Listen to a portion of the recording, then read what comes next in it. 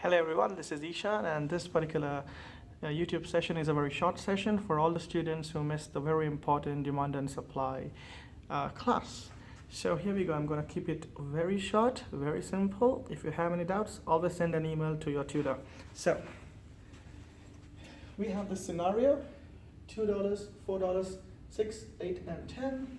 And we have users: Andy, Raj, Tina, and Jess. So this is a market for raw chocolate. Okay, we all like raw chocolate. So when the price for raw chocolate is $2, let's say Andy decides to buy 15 raw chocolates. Raj decides to buy 12. Tina decides to buy 13. And Jess decides to buy 10 raw chocolates. For the price of 2, the total raw chocolates bought in the market are 50. Now, according to the law of demand, when the prices go up, what happens? The quantity demanded drops. That's exactly what's happening here. When the price goes from $2 to $4, when the price goes up from 2 to 4, Andy buys less raw chocolates. So earlier he was buying 15, now he buys 12.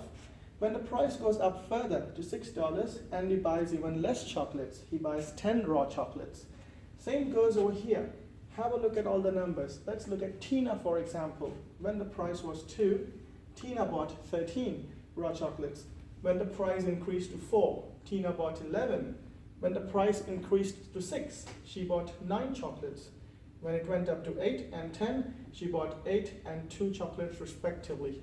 From this figure, from these numbers, you can see for Andy, Raj, Tina, and Jess, the quantities demanded are decreasing when the price is increasing. However, have a look at another scenario. Let's say there is a research that says eating raw chocolates is very good for your health. It's full of antioxidants, it's fantastic for your heart, it gives you a longer life. So when these kind of researches are published, what happens? Let's have a look. Let's take the example of Raj. At $2, when the raw chocolate was 2, Raj was buying 12 raw chocolates. However, after we had a research that said raw chocolates are good for health, they have antioxidants and blah, blah, blah. It's good for your health in general. What happens? Raj decides, hey, for $2, instead of buying 12, let me buy 15 chocolates because they are good. They're good for health in general. So this scenario tells us what happens to the demand bit, when there is a new research that tells about the benefits of the product in question. Let's go back here. This situation only spoke about the price, nothing else. In this situation, you had an increase in price and a decrease in the quantity demanded. That was it.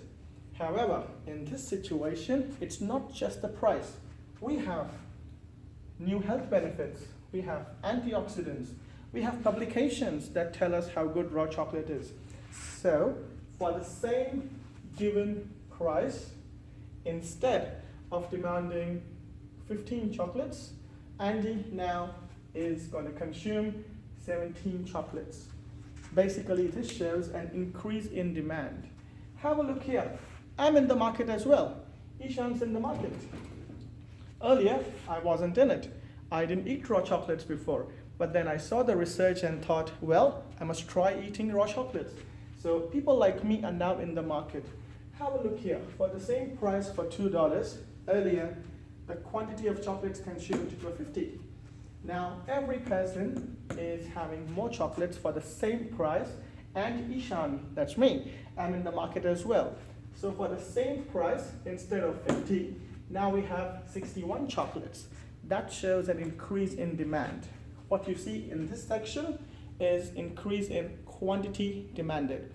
Quantity demanded changes only with change in price, but the demand changes when it's to do with other factors apart from price. It could be research, packaging, attractive advertising, new research about the health benefits, etc. So let's have a look at the graph over here. Earlier, we plotted the price over here, 2, 4, 6, 8, 10, And we looked at the total, that was 50, 43, 35, 27, and 12. We plotted that on the graph over here. These points show your demand schedule. For $2, 50 chocolates were consumed. That's 2, and that's 50. For $6, there were 35 chocolates. That's here. As you can see, when it's just to do with change in price and change in quantity demanded, there is a movement along the curve. You have a movement from one point to another point. However, when it's the demand in question, there is a change in demand. Due to factors other than prices, we have a shift in the curve altogether. In this situation, for $2, we had 50 consumers, $2.50. But for the increase in demand, for the same $2, we had 61 consumers. Have a look here. There is a shift to the right. Same goes for $10. On the left side, for $10, you had a total of 12 consumers.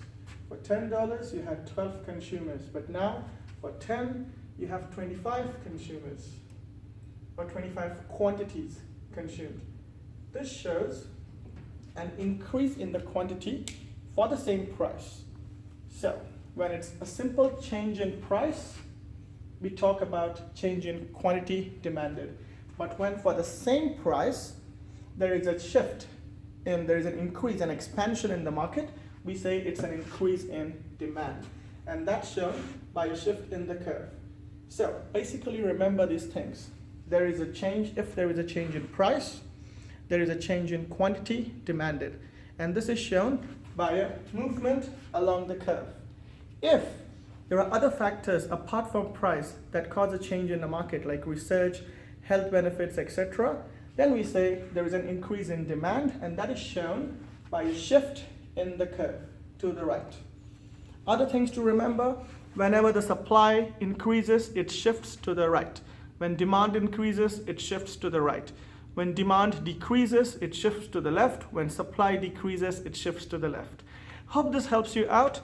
If not, contact your tutor and book an appointment for extra consultation. Thank you.